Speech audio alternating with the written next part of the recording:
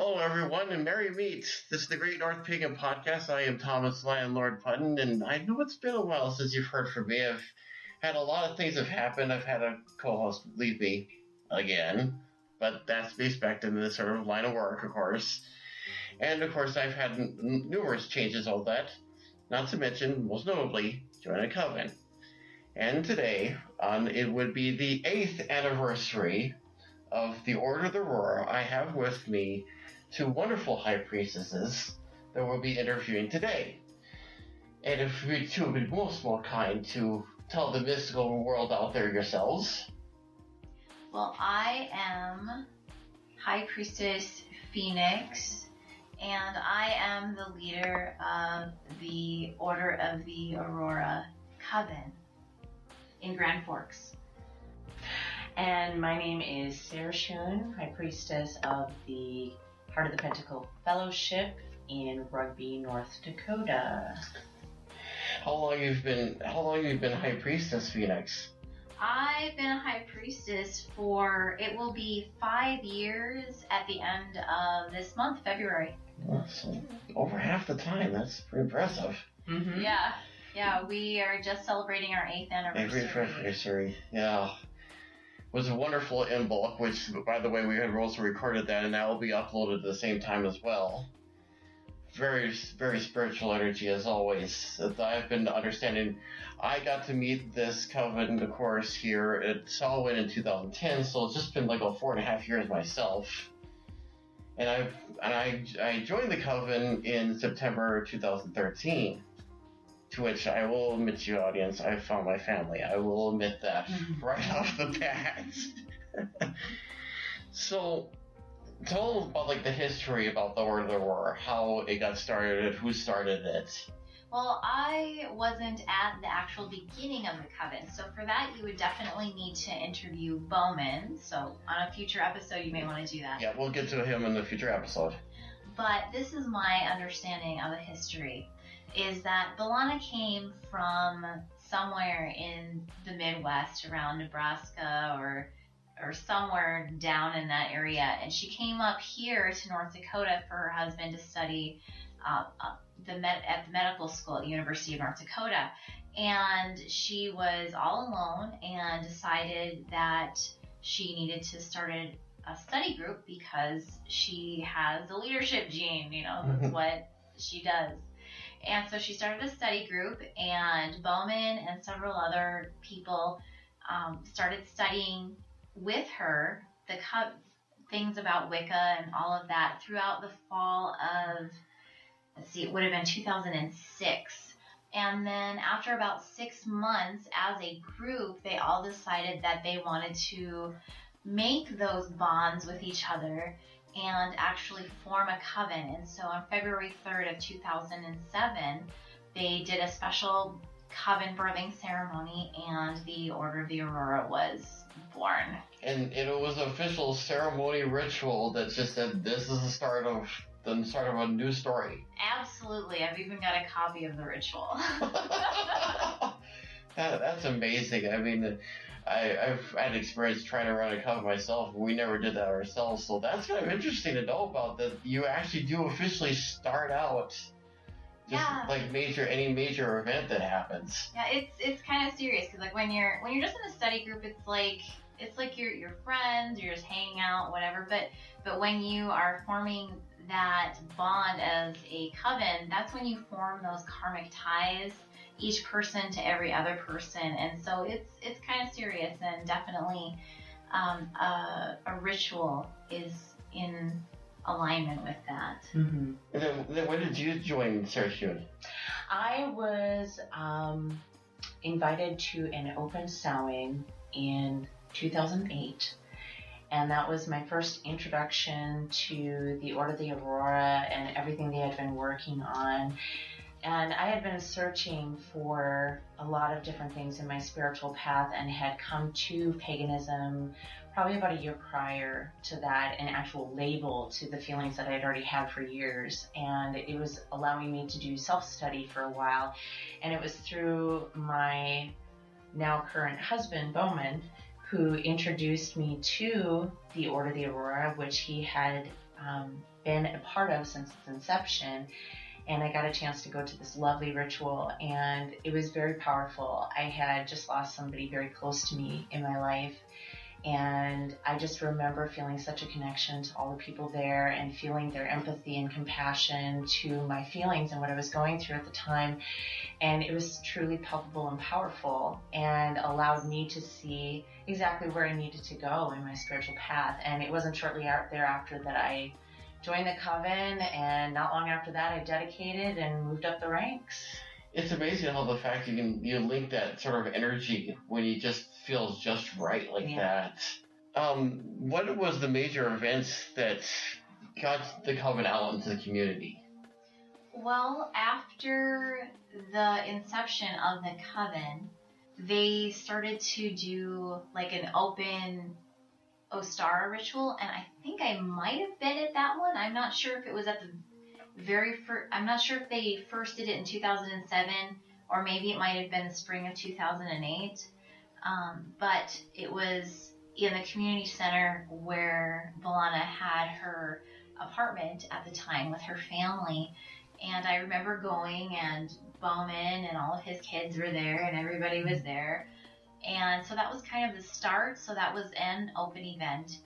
And after that, then we just started to do like a regular Ostara and a regular Samhain just every year. And we didn't do more than that just because it takes so much energy to put out a Sabbat, and we just didn't have the infrastructure at the time. But it started small. Mm-hmm. So just with obviously a thought and idea, and it was put into motion, and then over time it just continued. Have you guys like just pondered or done any other things other than the open Sabbats or rituals? I would definitely love to see regular open spots. I would love to see regular drumming circle and chanting circle and children's circle and all of those things, but I can't do it by myself. I need a community. So I'm waiting for the right people to show up so that way we can start doing those branching out. We're working on that.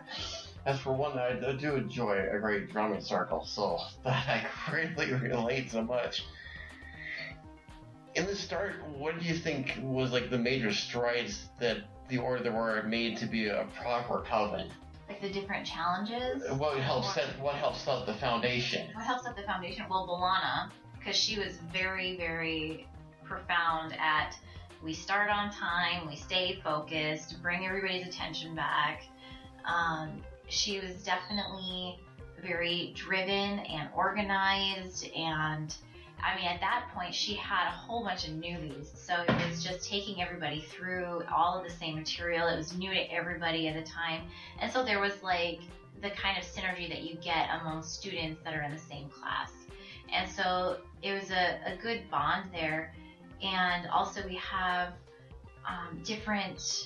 we have a set way of if there is conflict in the group that we can communicate that. Like it's in our coven bylaws on if you have an issue, this is how you talk, who you talk to, how you do, resolution, things like that. But we haven't really had a whole lot of internal issues overall. I mean, some people just as they grow, they're naturally led into another realm, and so we just honor and support that and wish them well when they decide that they need to go to grow elsewhere. Yeah, for those that don't know like that, the bylaws, just like any other church, are basically the rules are set for any situation or what has to be done, or anything for that matter. So now we'll cross to the next chapter that happened with the Order of the Aurora when it started to form a sister coven, the Heart of the Pentacle. What inspired this to happen? Well, it wasn't just first the Order of the Aurora was started, and then all of a sudden, boom, we have another circle. What happened was Sarashun walked into Samhain in 2008, and I looked at her and I was like, oh, that's a lady right there, and said some other funny comments. Which she remembers to this day. But what ended up happening, because I was a dedicant, she was a dedicant, and B'Elanna trained both of us, but then B'Elanna moved with her husband where he got a job down in Kansas. And so then I was able then to be trained and ordained enough to train and ordain Sarashun. And as part of both of our training, we're expected to teach and write a class. And so I encouraged Sarashun to write her own Wicca 101 class. And she ended up teaching it right where she was in rugby, and then history happened.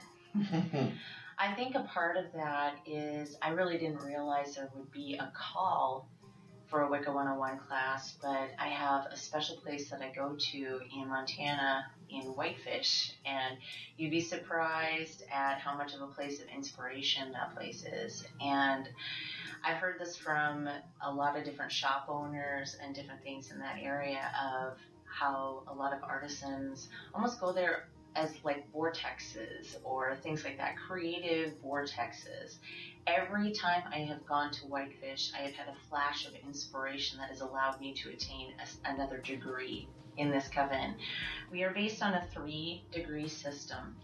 That first degree is a lot of our basics that allow you to teach coven. Second degree brings you to the next level and teaches you a lot of new and interesting concepts in our ways, and you become more of a community leader. But then you get to third degree, and it is a vocation, and it is where we go into the world and we teach others in a group setting where you can become a leader in a group or other things like that. I found a calling in rugby more so than I ever anticipated, and found many students that were very interested in learning, and produced a circle of 7 in the beginning of just teaching. And I taught them a Wicca 101 course, many of them not even knowing much about Wicca at all.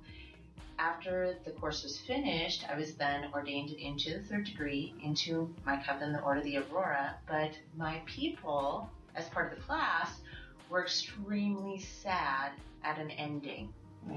And therefore, it got to the point where I said, well, we don't have to quit this. We can keep going, but give me a little break. Let me recoup, and we'll figure out exactly how to start this.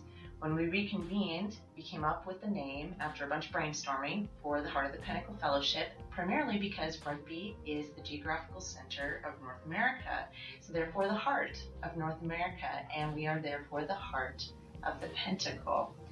So as we began to start working together throughout the summer and seeing how things were working, we decided that by August, which is another retreat for our particular group, the Order of the Aurora, that we would birth the Heart of the Pinnacle Fellowship. And so at that particular time, we decided, Phoenix and I, being the sisters we are, didn't want to quit our particular relationship when it came to our sisterhood and our working together. And so we decided to start a tradition. And this is where the Spiral Tree tradition was also born. So in August of 2013, both the Heart of the Pinnacle Fellowship and the Spiral Tree tradition were born at the same time. That's amazing how that all works out. Mm-hmm. Yep. So she comes in Samhain of 2008. Like a boss. Right? Right? Yeah. And then a bunch of stuff happens, and then in August of 2013, there you go. High Priestess on your own. It sounds so simple, but I tell you, it's a buttload of study. It is a lot of dedication to a spiritual path and a lot of inner work. And this is something that I think all of us as Coveners do, is we support one another for our inner and outer work. And so this has been a very interesting journey, not just for myself, but for also guiding and supporting those in both covens. So it's been wonderful. That is quite something. Because I remember when you both had announced the news and all that, and I was so impressed and happy to see that prosper and grow so much. Speaking of which, I've seen my share. When I started picking this in 2006, I've seen my share of groups rise, fall, and stagger. So, what do you two think is the formula that's helped the Order of the Aurora and the Heart of the Pentacle strive so well? What is that winning formula, you think?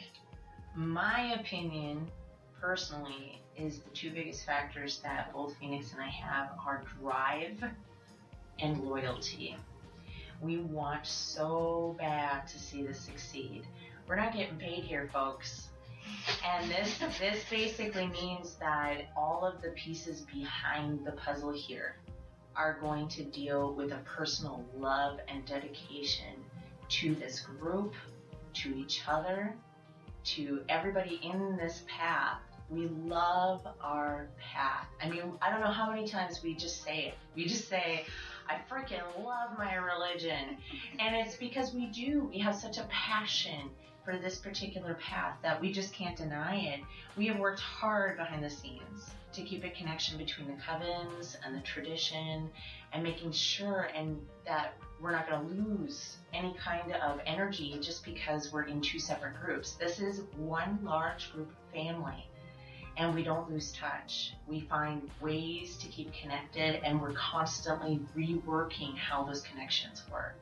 Because that's the thing that I've noticed is that focus, that connection to make sure that we try to keep everyone on the same page, and if anyone has an issue, to help out, to support.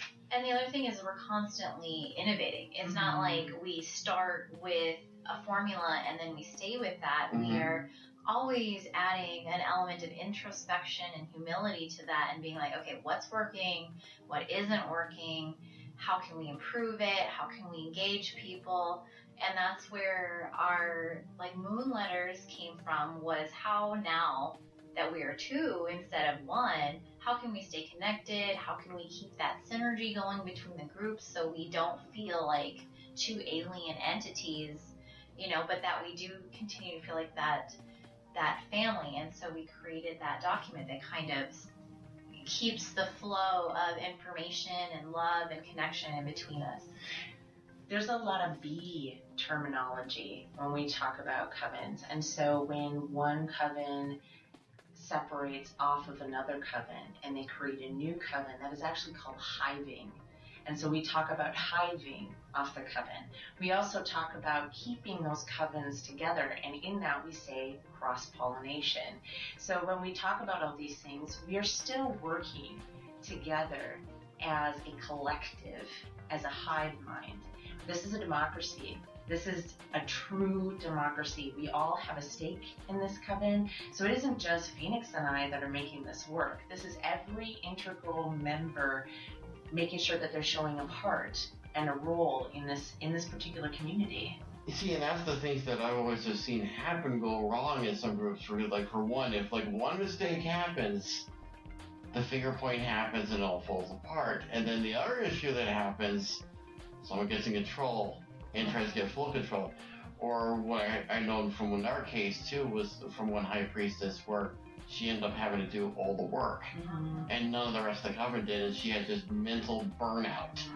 That's a real risk, actually, and we've both been through some burnout stages and that's where it's nice to have the two of us and our very close sister connection, because we're not biological sisters, but we are very spiritual, very spiritual sisters. And so when she's feeling low, she calls me. When I'm feeling low, I call her, and we're always communicating and lifting each other up and sharing words of advice and things like that, because it definitely does happen. But I've seen also with the coven as well that a lot of us have also come up to your aids as well. Whenever you two have felt down or need help, we've also come to help ease the load off. Yeah. But I think that has to do with the High Priestesses also setting their ego aside and relying on their coven and saying, I need help here. That this isn't about me running the show and me being a control freak. This is about me delegating and me allowing other people to step up and shine. Exactly. Yeah. That this is us supporting the wonderful talents that we have within our covens and saying, okay, I'm feeling burnout. It's time for you guys to step up and you guys get to run the show and let's see what you can do. And sometimes that's scary for the coveners, being that they're not titled with specific positions and things like that. But you know what? It's pushing and challenging all of them to do better too. And it's our job to challenge. It's our job to raise leaders, That's not right. followers. Exactly. Sometimes you just have to do that part where you just push us on the stage and say, go to it. I have definitely done that more than once. Yeah. I agree. So then, what do you think is the best advice if you've heard like any other covens or any other groups are saying that I'm having a horrible time, I'm trying to lead the group and they're all being, like the old saying goes, is trying to lead pagans, is trying to raise a bunch of cats. What is the best advice you would give them? I don't know. I have never actually been involved with any covens except this one. Mm-hmm. So while I've heard a lot about this phenomenon of covens coming together and basically exploding or imploding within a matter of months or years, I came into this tradition that had a solid foundation from Bolana, and we're still going strong. Like not even just coasting, but strong at 8 years. I guess I would just say, just a lot of introspection. Like if a leader is pointing fingers, where that finger needs to be pointing is at the leader. Mm-hmm. And it's my perception, whether that's right or wrong, that there may be some ego or power challenges that need to be worked through. And so there's a lot of introspection that needs to be happening with that, and just some real honesty with yourself and with each other. I think it's open honesty in general, that this is a situation where this is an intimate spiritual family. And just like if you're talking about a partnership or a relationship, the first thing that a counselor will tell you is that the number one important thing in a relationship, any relationship, is communication. And if you keep those lines of communication open and you keep open honesty amongst all of your coveners, you set your ego aside, you're constantly doing reassessments of your own personal ego and starting to see all the talents and things within your coven and your circle, there's going to be less likely that you will have these blow-ups happen. This is drama. Drama to me needs to be nipped in the bud. Mm-hmm. And when you see it happen, a good leader is going to recognize that from the onset. I think for us, having a good infrastructure behind all that and how to handle it is also very important. We have bylaws that we follow and we constantly reassess once a year, and we go through them and we reassess them, recheck them. Is this how we want our rules to lead us? And we look at these rules and we look at rules of attendance and behavior and conduct, and how do we run our coven? How do we have an infrastructure with different roles that we give to our coveners? This isn't just about a leader, a coven head. We have assistant coven heads. We have people to fill in for us when we're not there. We have scribes. We have purse wardens. We have all sorts of roles within our coven to help us all run smoothly. And so because of that, each covener has a sense of ownership over this coven. This is not my coven. This is not Phoenix's coven. This is not even our tradition. This is everybody within the tradition's tradition. This is everybody within the coven's coven. It belongs to them. It's like employee owned. It's a circle within a circle. It's a circle within a circle. We're the leaders, quote unquote, but I really feel like we're more of the hub that just keeps the wheel rolling, because we're all connected, we're all equal. I have as much to learn from the new person coming in, probably more so to learn from the new person coming in than the other way around. I love supporting the talents of everybody in our community. It's almost for us like seeing your children shine, that when they shine, you shine, because it's an extension of you. And so when any one of our coveners levels up, as we call it, when they level up, the entire coven levels up, and we all feel so good about it. And it's because we're all here to support and love one another.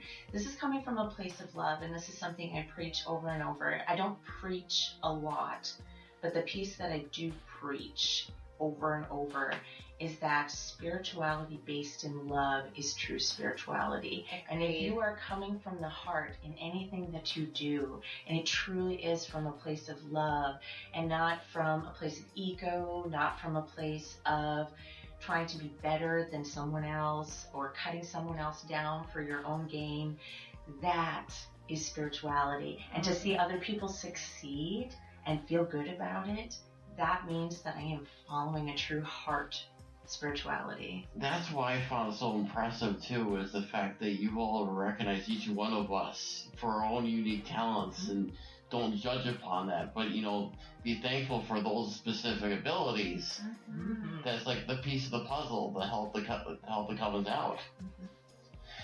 So what do you think's the future for the two groups? So much. Oh, yeah. We have a lot of raw talent. Oh my gosh. And it's really fun and exciting to see all of our people, like, they're challenging each other, they're poking each other in each of the covens to do better, level up. Level. Yeah. And we've got multiple leaders coming up that are definitely they're definitely leadership material. Well, we see them creating their own circles. We also see a lot of children's programming in the future. We see, right now, we've done what we didn't even realize we were capable of. We are finally doing all 8 Sabbaths of the Wheel and really working hard towards bringing those to the community. We're still working towards SBOTs and doing that in the community, and we still do that within our own circles, but it would be nice to bring those to the community for moon cycles. And there's just so much that we are capable of and so much that we can do to spread this out into the community. Phoenix has done several different things for UND for the Interfaith Week, and to me that's spreading such a positive message for paganism, for Wicca, for our particular spiritual path, and putting that positive spin out there is amazing indeed. And to change and shift people's consciousness is such an important part of our work, because this isn't just our own path, this is a path of showing others that acceptance is the way. That is very true. From my interfaith work that I've done, I was actually asked to guest lecture. I've been asked to guest lecture actually in multiple classes on UND, which is always a huge thrill. Which is, by the way, the University of North Dakota. Yes. Yeah, sorry, I apologize. Yeah, University of North Dakota Interfaith Week, which actually just completed for 2015. But when one of the professors asked me to guest lecture about Wicca, witchcraft, and all of that, I came in and I just talked a little bit about, the general structure and what we look to, and, that I identify myself as, a pagan, a Wiccan, and a witch, and all this. And this professor had her students write essays about what I had presented. And a lot of the essays came back as, gee, she's so nice. It's too bad she calls herself a witch. And so the professor had to point out, maybe the problem is you need to adjust your stereotype and not the other way around. And so it's just really interesting because it's things that, having been in paganism for 17 years, that I don't even think about anymore because I celebrate those words. And I sometimes forget that the outside world is like, oh, pagan, oh, what's that? Oh, Wiccan, oh, what's that? Oh, witch, oh, there's warts and stuff, oh my god, I forget that happens because to me it's so beautiful and I just love it so much, Well, it's just like with the podcast, it just helps, it's basically education, understanding the better the name. And that's impressive how getting out there. Will there be also maybe providing further services to the public for using the coven? Well, as much as we can, but we have to do it sustainably so that we don't burn out. Yeah. So I right now have the capacity with my family obligations and everything like that. I can lead the coven, but I need leaders to step up who are going to teach the children. I need leaders to step up who are going to lead SBOTs. I don't have the energy and the resources just in myself to do those things, and so it takes a community to serve a community. I mean, it really does. And so I look forward to those people raising their hands. You know, it's a lot of responsibility, but it's also so much fun. Well, we've already got some people that are working on these things and really truly wanting to own these particular topics. And as leaders ourselves, we already offer a lot of services for hand fastings, weddings, those types of things. And so as sort of the pastors of our community, the high priestesses, I mean, we do provide services for pagans out there with counseling and other things. And it's just a matter of finding others to fill the other needs that we have that are above and beyond what we're already working on. The amount of writing the two of us do is insane. I mean, and again, I mean, these are things that we are doing because we love to do it. Not because we are gaining anything monetarily from it, not because we are trying to gain some sort of fortune and glory, because that's not coming, and I can guarantee that. But we are trying to make a difference, and I think that is what drives us, is that we feel this intense need to reach out to others and touch those other hearts with the same love and feeling of just amazing spirituality that we feel. And so that is something we wish to spread because there's enough to go around. See, that's the feel that I've always have, because it's like that rush to have made that difference, to be part of it, to you know, been connecting with the gods and all that. Yeah, it's not the glory and all that. You know, the title's just a name, but the feel of actually doing it, that's what I think really matters the most. Well, and in fact, being a priestess, I think for us, we get more of that feeling of accomplishment by guiding others to shine. Oh, absolutely. To stand That's our goal. That's our gold star. It is when our star is shining brightly in front of us. And we just look at that and we're like, I helped with that. I helped make that glow. Right? Look at that glow. Yeah. Like I get to look at you and be like, the High Priestess. Oh, she's my glow. And it does. It makes a person proud to know that you helped to guide in that person's successes. And so to be there with them on that journey is probably the most important part of our job.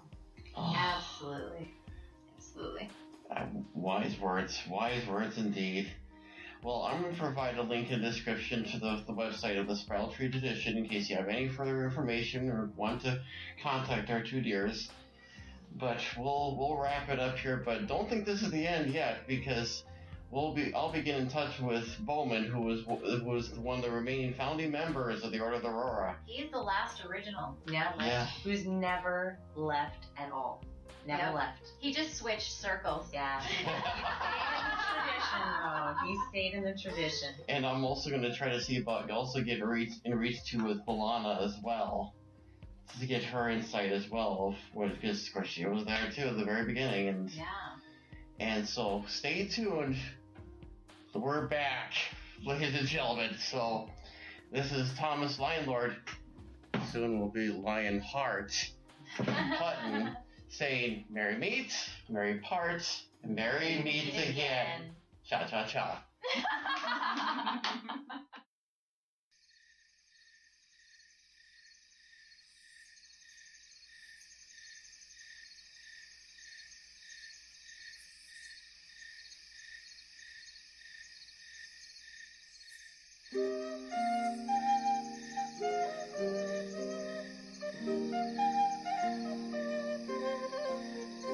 May the circle be open, but unbroken. May the peace of the goddess be ever in your heart. Merry meet and merry